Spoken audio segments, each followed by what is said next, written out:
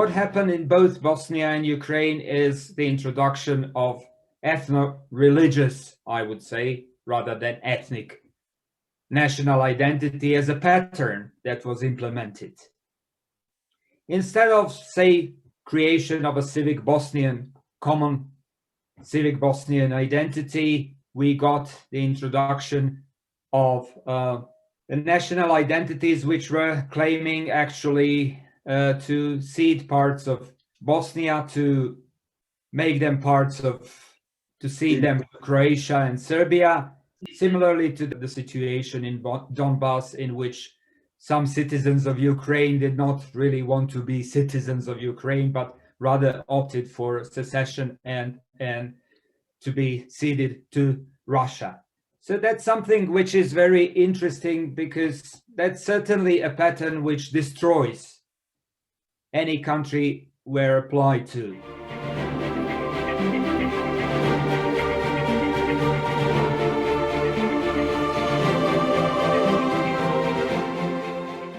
But our experience in Bosnia is that actually this pattern was introduced by the so-called international community. The European community organized a conference, the so-called Lisbon conference, which is rarely mentioned these days, really.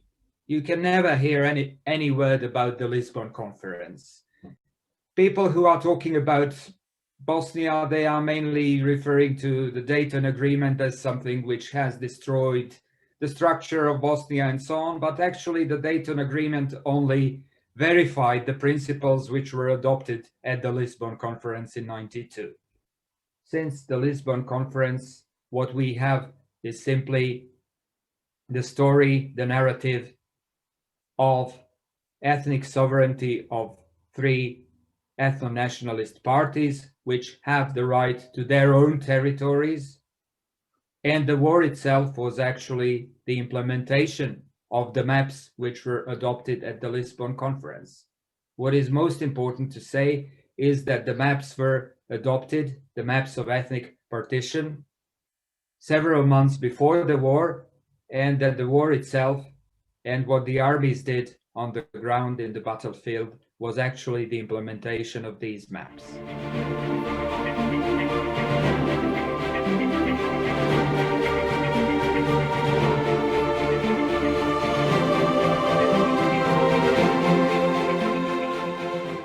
So to the present day, we have this kind of problem, and we have, of course, domestic traitors, I don't have a better word for that, who want to partition the country and want to cede parts to Serbia and Croatia, or to create a small Muslim statelet for their own purposes.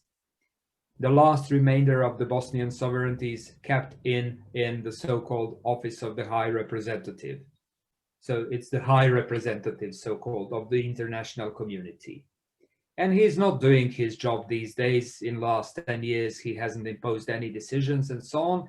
But we have to say that actually abolishing the institution of the High Representative would abolish the last remainder of the Bosnian sovereignty.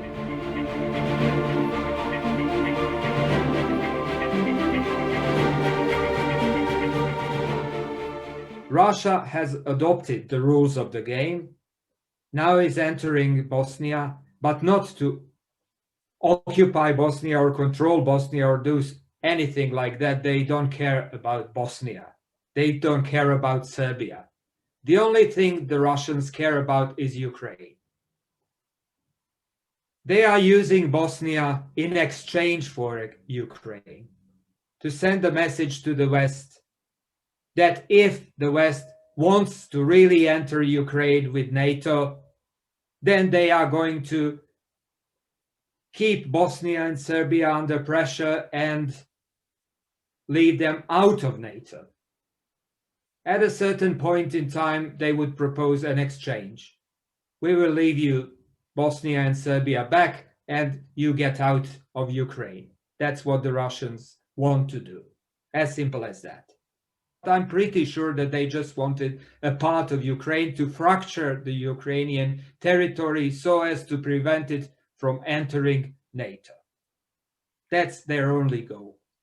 And they cannot afford Ukraine becoming a part of NATO. Then you will have the world war. If Ukraine wants to enter NATO, you will have a war on the Ukrainian territory, but not a war between Ukraine and Russia, but the world war.